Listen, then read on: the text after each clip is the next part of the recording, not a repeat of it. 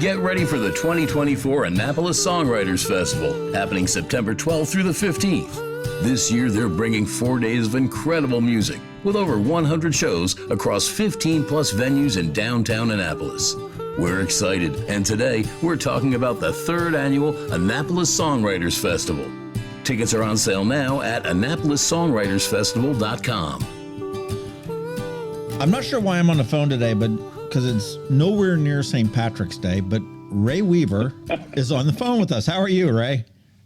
I'm doing fine, John. How are you? Good, man. Well, for those that are not aware, shame on you, but Ray is an international troubadour, and unfortunately, we only get to see and hear from him a few times a year as he gave up life up in Pasadena for the comforts of Copenhagen, I understand. And yeah. I'm not sure anybody can blame you.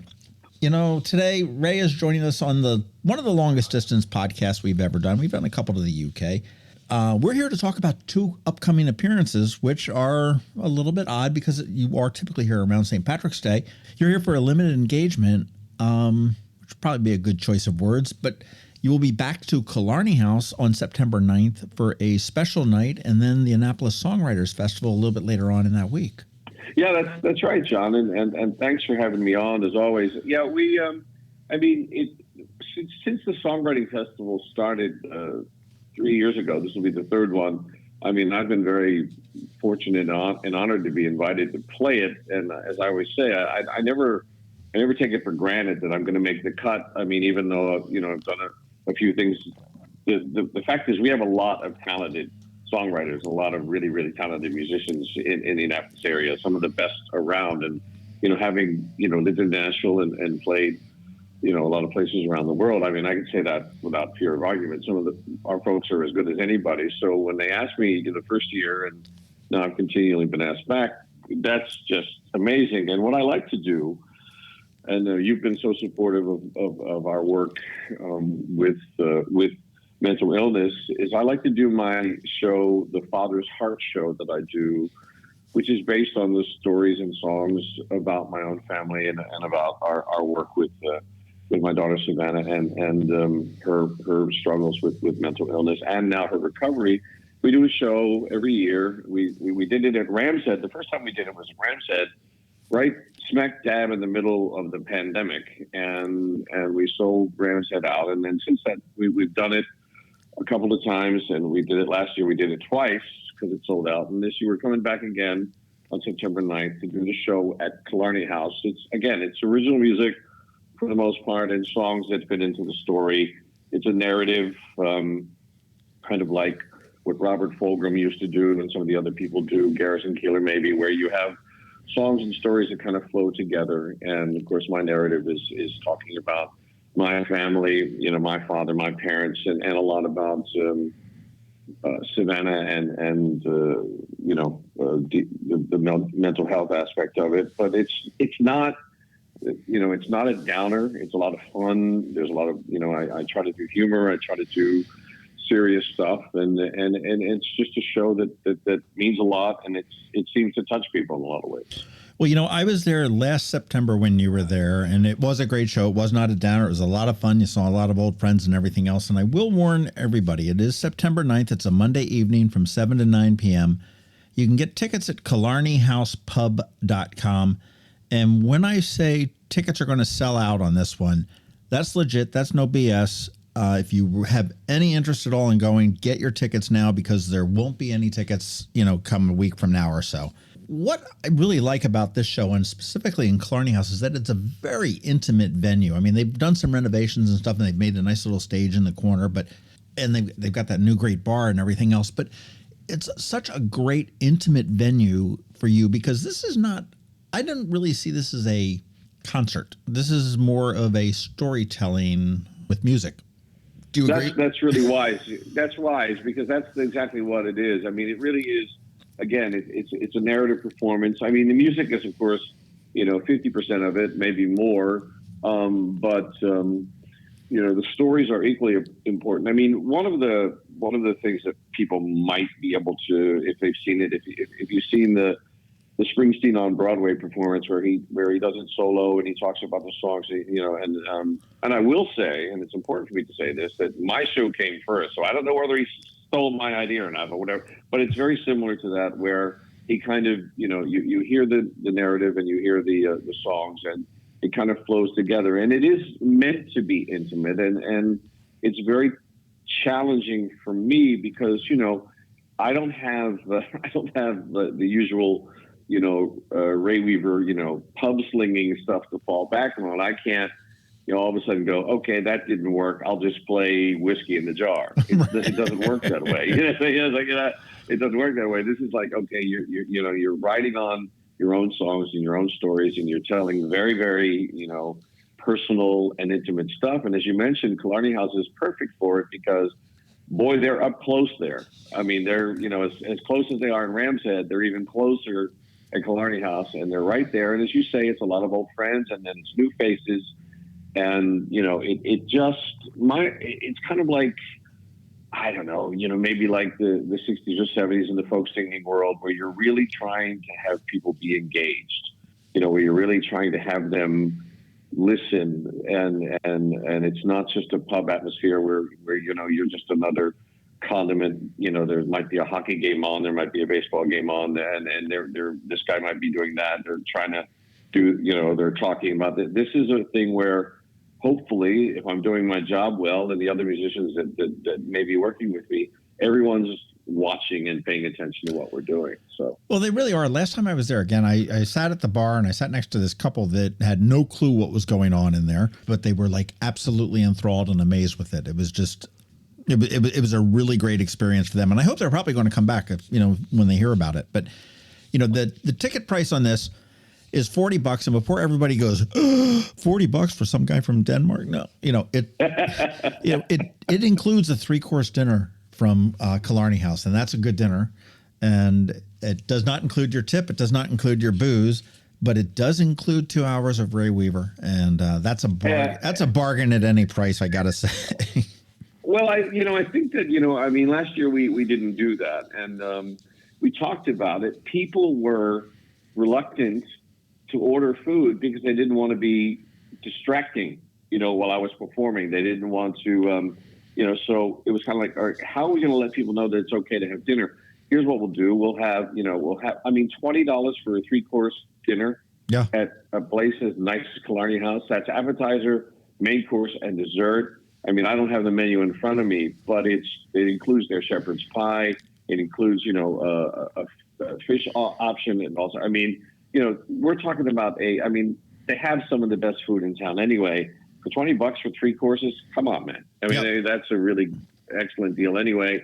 And then my portion of it, of course, goes to the Bulk Foundation, which does work with the parents and the families that have been touched by mental illness. So, you're doing something, for something that really needs to be addressed, and you're also getting, I hope, a good show and definitely a great dinner out of it. So you totally are. You mentioned Bulk, and I'm glad you pronounced that because I have a tough time pronouncing it myself. But tell me a little bit about Bulk.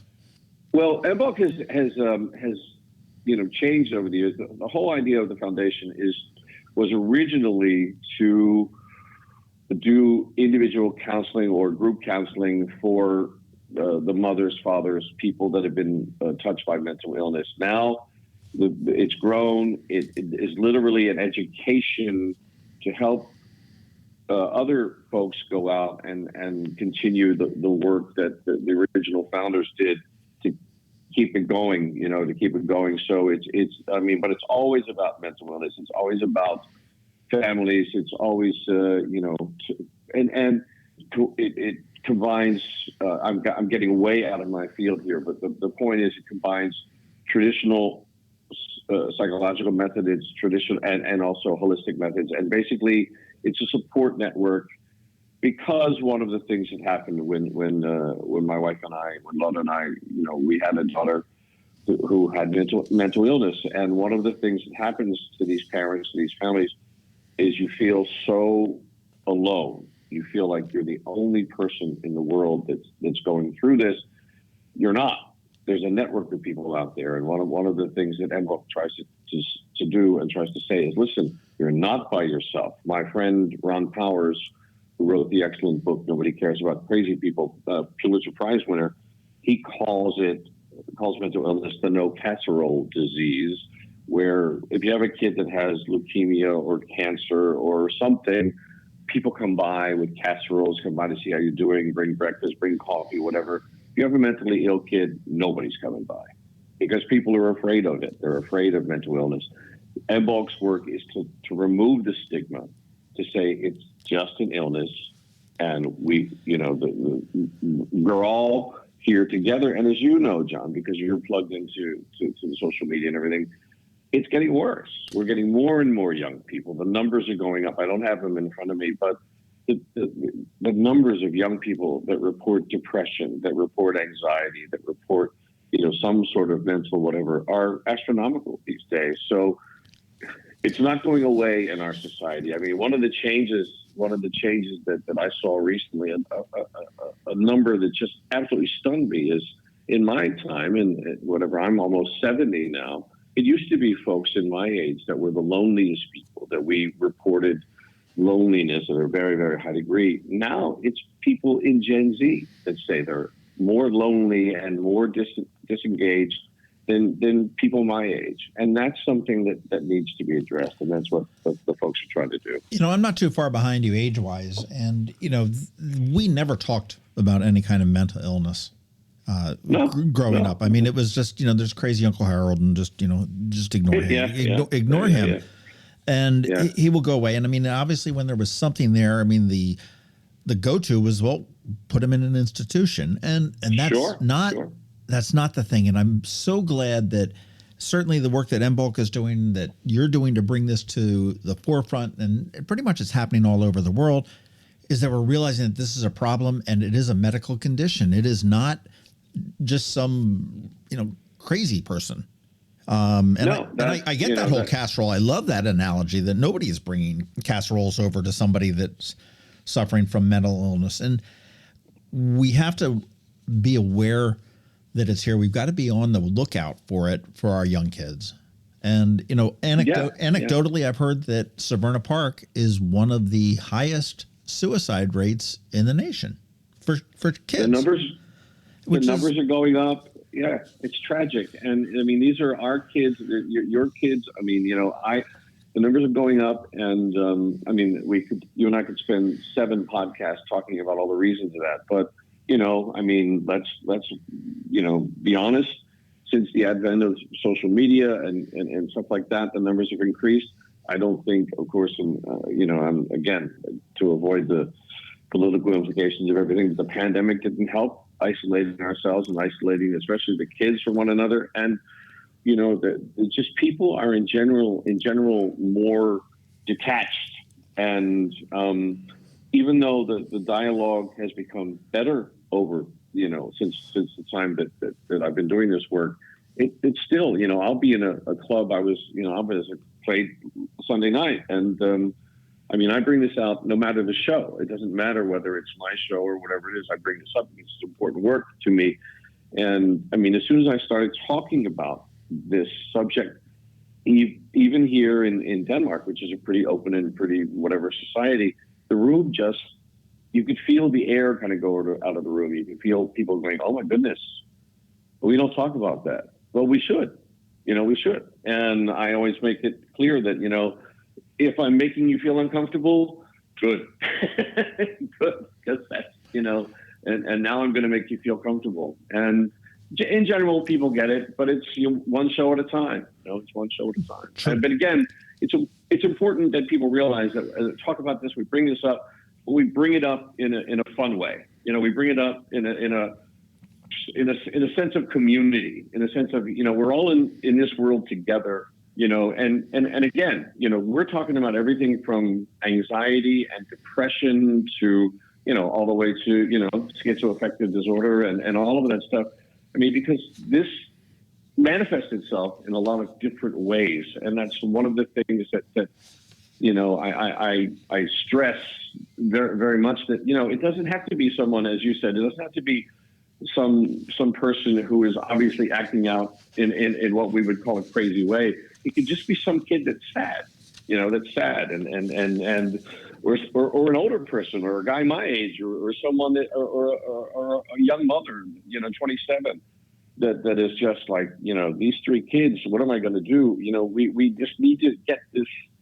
What is the word these days? We need to get this tribe together so we can communicate with one another. And I will say that music and storytelling are unifiers. They really bring us all together. And I was talking to somebody that is coming to the Songwriters Festival earlier today. And, music doesn't care whether you're black or you're white or you're gay or you're straight or you're a boy or you're a girl or you're from Denmark or from Annapolis or, it doesn't matter whether you're Democrat or Republican. It really is a unifier. It brings us together to experience an experience. And again, that's what's happening September 9th at Killarney House up in Davidsonville. I can't wait to see this again. Tickets again at killarneyhousepub.com. And I do suggest that everybody gets that a little bit earlier, more sooner than later, because they will sell out. And it's not a very big room. I mean, I think they probably can hold, 75 or 80 people maybe? We had 75 tickets. As of the time you and I are speaking right now, we have about 35 left. So, it's definitely, it's going to sell out. It always does. And, which is, I'm always so happy about that. And I mean, last year it was just, literally you were sitting at the bar and I was trying to get them to put extra seats in at the bar because human nature being what it is, people are calling me at the last minute. Can you get me a ticket? It's like, no, there really aren't any. And management is looking at me going, Ray, we do have fire laws. We can't, get any more people in here. And so, I mean, I really, we just want to get everybody settled in and get the tickets so nobody's disappointed. Amazing. Question for you. You have an affinity for, and we've already talked about the great food at Killarney House, but you've got a very strong affinity to Killarney House, Galway Bay, Brian Boru, and Pirates Cove, which are all owned by the same people. What's so special about them for you? Well, first of all, I consider those some of the finest places that I play anywhere in the world. I mean, and not just because I'm great friends with I've been playing for Michael and Anthony and the rest of the family there forever, and it's just that when they had the original thing was this, John, you remember when I was working for the city, I was essentially retired from the music business. I was like, I've done it. I had my run, good time with it, but I'm finished. And one of my friends came to me and said, "Oh, there's this place in Davidsonville, the Killarney House." And, I'd played there when it had a different name, and it was St. Patrick's Day. And, they would love to have you. I'm like, nah, I'm not doing that anymore. I don't do that kind of stuff anymore. Just come down. And so I went down. I wasn't even really, scheduled to play. I just went out and sat in the hallway with my guitar and sang a few songs, and people liked it, and management liked me. And I was like, man, I kind of like doing this, and maybe I pick up a gig or two here or there while I'm still, working for the city. And next thing you know, here we are all these years later, and we've all celebrated anniversaries together. And then, I've played every room they have and every one they bought. When they had one up in Massachusetts for a while, I went up to that one for a while. They're just really, really good people. They're just good, solid people. I mean, one of the tributes, you've been around the business. The turnover in the restaurant business, the turnover in the service industry is enormous. And you never see the same people. The folks that I started out playing for are still there, are still into management, or started out as servers and started out, maybe in the kitchen. And now they've moved up. But I see the same faces. That's a tribute to how well the places are run, how well they treat their employees. I mean, you can go through what they did for all the folks that worked for them during the pandemic to keep the places going, to keep the salaries going up. These are just good folks, and they're deeply involved with the community. They're deeply involved, whether it's in Annapolis or Severna Park or down in Galesville or in Davidsonville. They give back enormously and try to do things in a way that's sustainable, that, you know, and I mean, I just consider them some of the best restaurateurs I've ever met. You know, I do agree with you there, and I know that I spoke with Anthony a couple different times, and I mean, to talk to the people that are constantly there and the low turnover, he said that we get a lot of high schoolers that come into work, and we teach them how to, you know, get a job and stuff like that. Then they go off to college, but they come back every summer. And then he said often when they graduate college, if they don't have a job, we welcome them back with open arms until they do get a job, you know, a permanent job and a career. And he said it is truly like a family. I mean, I get the emails all the time saying, hey, well, Killarney House is going to be closed today because we're having a pool party for our employees. Exactly. You know, exactly. I mean, who the hell does that? Yeah, they you know, they shut down, and they, you know, they give their folks time off. And you're exactly right. I mean, you know, talking about K House, I mean, Melanie, the manager there, I mean, I've been working with Melanie since I've been playing there. I mean, that's a long time in the restaurant business. And Allison, one of the servers there, one of the people that work at the bar, you know, she was there at my first gig, and she'll be there when I come back in September. And you know, you see these faces. Same thing up at up at the Galway Bay. I mean, they're just the same folks, you know, because it's a good organization. They apparently treat their folks well, and I mean, for me, they you know, I mean, I'm not there anymore. It's not like I have my fingers deeply in the community, you know, but they bring me back every year, and they couldn't treat me better. And they make me feel welcome, you know, anytime I come through the door. And I mean, this is just, you know, absolutely apropos of nothing. One of the things that when my mom was alive, it didn't matter what venue I went into with my mom or what venue my mom went into without me. She was treated like royalty, and that means a lot. That means a lot. They could, you know, when during the pandemic, I mean, the folks from Brian Baru, which is the closest one to my house, they literally took food over to my mom, you know, and dropped it off on her doorstep. I mean, you don't find restaurateurs like that anymore, John. They're just people. They're just good folks. That's all. They really are. Well, they are very welcoming. And for those that want to check that out, KillarneyHousePub.com. They're right on 214 in Davidsonville. September 9th, 7 to 9, Ray Weaver is going to be there showing his A Father's Heart. That'll be another great evening there. Again, get your tickets sooner than later because they will not be here later. But I do want to transition a little bit. That is Monday the 9th. And if we slide into, I think it's Thursday the 12th, that's the start of the Annapolis Songwriters Festival. It's the third annual one. And you alluded, you've been here for all 3 years? All 3 years. This will be my third year. Again, I consider it, you know, an honor and a privilege to be there. I wish I could tell you what my sets are going to be. I'm not sure. Yeah, they don't know either, Ray. they're still trying to figure it all out. But it's just, I mean, it's an amazing thing to happen in our town. I mean, it's kind of, you know, it's a sister to the Key West Songwriting Festival. And one of the things that happens in our town that's different than almost any other songwriting festival that I work is that they use local writers in ours. I mean, the local folks, you know, Angie Miller and Haas and all of them. I mean, they're, you know, Rosenthal. I mean, they're all part of the thing because the folks there recognize that we had a really strong music scene. And so that's one thing that's different. And to have this thing, you know, this amazing thing with these writers, Chuck Cannon is coming. Some of the greatest songwriters in the world are going to be in our little town and have been for the last 3 years. You know, Tom Shepard. I mean, these people, they write the songs that you hear on the radio. You know, I one of my favorite stories is I can't remember. I think it was the second year. I went into Ram's Head, and there was a guy was playing, and I was standing next to one of the servers, and he said, "I thought they were supposed to be playing all their original songs. That's an Ozzy Osbourne song." And I said, "Yeah, but that's the guy who wrote it."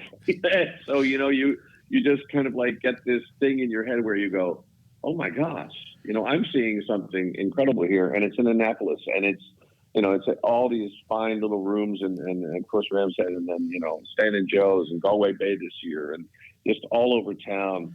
I mean, you can't see it all, but you should try. You really should. It's funny you talk about that. That's an Ozzy Osbourne song, but it's sort of like the singer gets all the credit.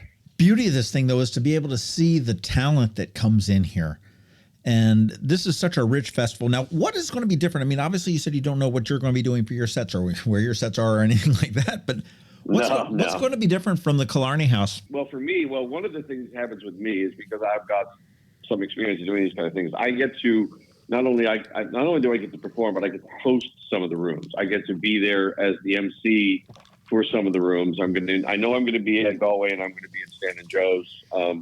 For one thing, I'm very, very good at herding cats and reminding people that these people are up here pouring their hearts out. This may not be the best time for you to be sitting there talking about your boat shoes or your car, and I don't have any problem with letting folks know that this is a listening room tonight. So that's one thing. Another thing is that I'll be it'll be an in the round situation where I'll be up there with 2 or 3 other writers, and someone will do a song, and then I'll do one of my songs, and then another writer will do their song. And so when you come to a set, either wherever it's at the Ramshead Tavern, wherever it's at, you get to see in that moment, for a full day slate of, say, I go on at 1, my set between 1 and 2, it'll be myself and last year I did a set with Reuben Dobbs and myself and a couple of other writers. So you get this whole, broad spectrum. My stuff leans more toward folk and Americana. Reuben, of course, is bluesy, and then you've got all of the. It just so you get to see the diversity. That's the main difference. Is this? It's not just a one-man monkey show, as I call it. You're being treated to see 3 or 4 different writers all at the same time. It's an experience that will never be replicated anywhere. No. I mean, you're never going to see those 3 artists, those 3 talents together again doing it. And it's right here, and they do some fun things too. I mean, they've got the water taxi karaoke, that's great. That's a blast. It was a hell of a lot of fun last year. Do they have these songwriting festivals in Denmark? Yeah, I mean, we have. I mean, Denmark is an extremely musical place. There's a lot of music here, and a little bit different, but then very, very, very, very much the same. I mean, it's just a kind of that vibe that we do here in Annapolis, not in Copenhagen, not in Denmark. There's going to be a hell of a lot of music. September 12th to the 15th. Gosh. There are Have you seen the bill? I have, man. It's unbelievable. And I was talking to Kyle Milhauser, and he was saying that, okay, you've got the top of the bill, which, I mean, the names. Okay, you've got Lee Bryson, you've got, Citizen Cope and everything else. Yep. Look in the middle. He says that's the sweet spot. That's where, this is the next, person that's going to write the next song for Taylor Swift, whatever it may be. Exactly. And look in that, and you're going to find some really, really good gems there. But there are over 140 shows, most of which are free. You can roam. It's crazy. It's nuts, man. Yeah, you walk it's free. Yeah, you walk into a bar and sit there, and you sit down, have a listening room, have a beer, and see some of this great music. Now, of course, I think there's 10 ticketed shows or something like that. Where, I mean, you've got to expect that when last year, I mean, we had Blondie, we had Dolby, we had, Leanne Rimes, so those are ticketed. And you can get your tickets at AnnapolisSongwritersFestival.com. But do take advantage of those days and play hooky from work or school. Yeah, school's in. School's in at that point. So play hooky. Go check this out, because you're going to see some talent in this town that you've never seen before. That's just going to blow your mind over 4 days, and you'll be talking about it for the next 362 days until this thing rolls around again in 25.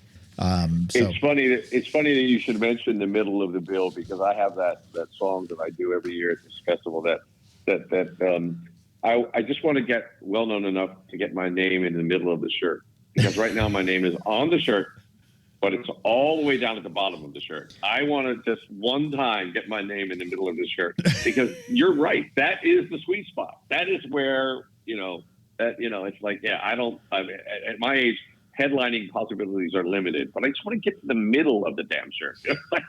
But well, we'll get you back here next year. We'll see. I'll see if I can talk to somebody over there, see if we can put that down there. Wouldn't that be funny to see the top bill, whoever it may be, on the top thing, and the bottom line just before the middle, and Ray Weaver, and you have everybody going, "Who the hell is Ray Weaver? Who the hell is Ray Weaver?" No, I tell you, of all the things I do, and I've been very fortunate with all of the music I've been able to do in my life. But I tell you, when they told me, 3 years ago they were going to do this, I listen.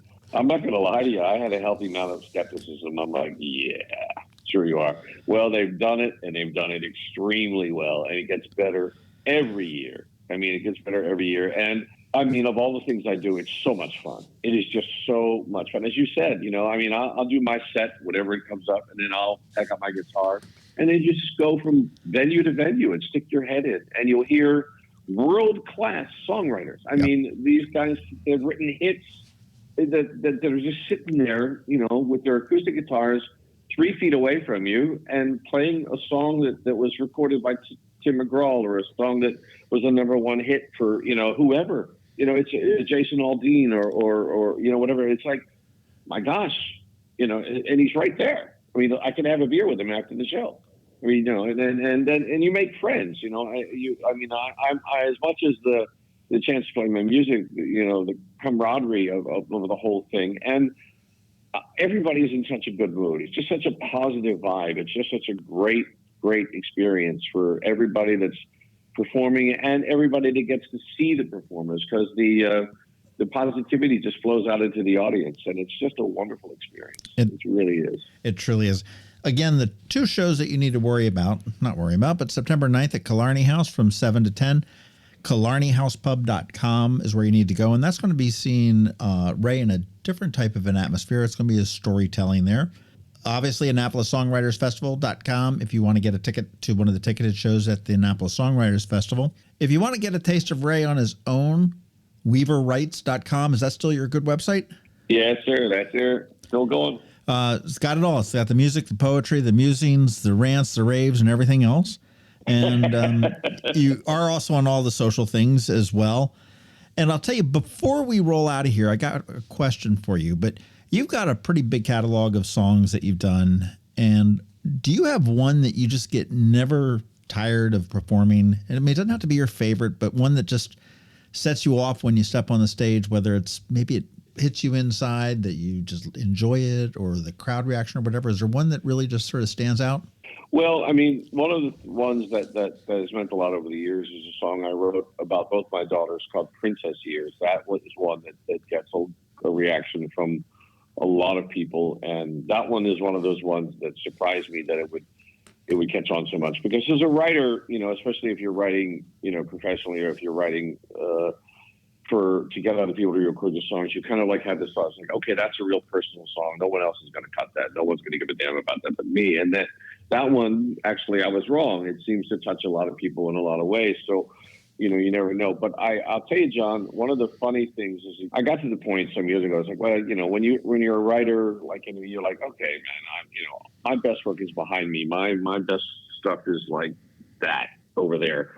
And I would say, quite honestly, with, all of a sudden, I don't know what happened over the last 2 or 3 years, but over the last 2 or 3 years, I have some new songs, which I really, really think are some of the best work I've ever done. I just finished a song that I'm going to be doing at the shows called Sometimes a Woman, which is, I call it my science fiction mansplaining song. You'll have to come to the show to see what that's all about.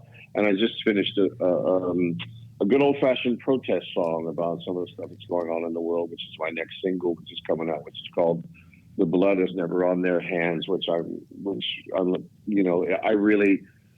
I wouldn't say that I enjoy performing it, but it's one of the ones I think I have to perform. So that's a new single that's coming out here soon. So hopefully by the time I get to the festival.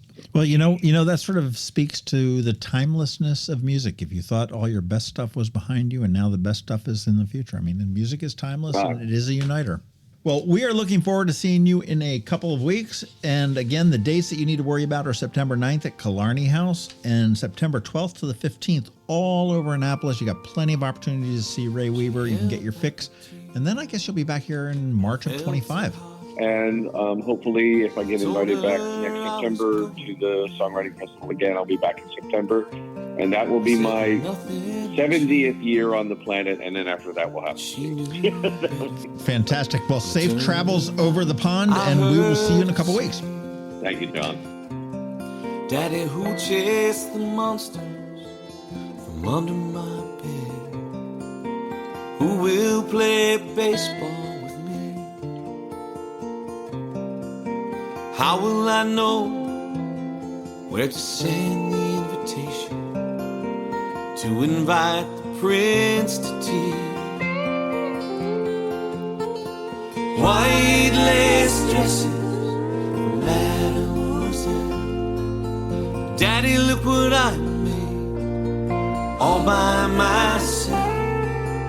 Oreo cookies, Kool-Aid tea for only two guests, the princess and me.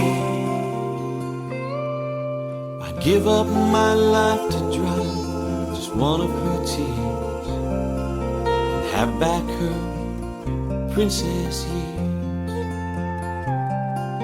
We'd sit with our cups on her bedroom floor.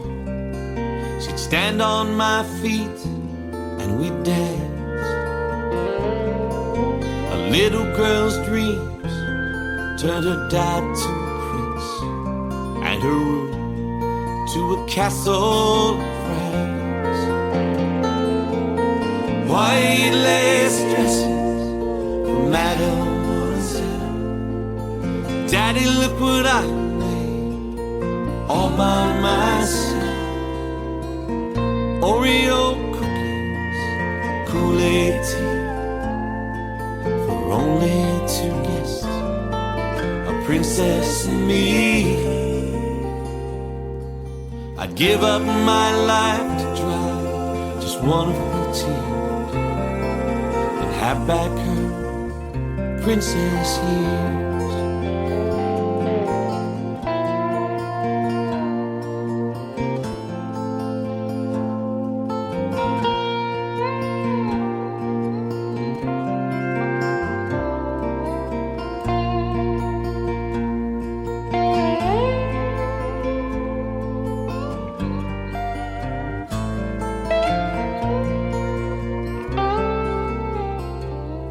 Across the years and the miles came an invitation from the princess to her wedding day. The end of a childhood I let slip through my fingers. Daddy, will you come to give me away? No fairy tale wedding ever imagined ever saw a more beautiful bride. I trembled as I gave my little girl's hand to the handsome prince now by her side. White lace dresses for Mademoiselle. Daddy, look what I made, a life for myself. A room full of guests stand up to see one more minuet for the princess and me. She stepped up on my feet and smiled through her tears and forgave me her princess years.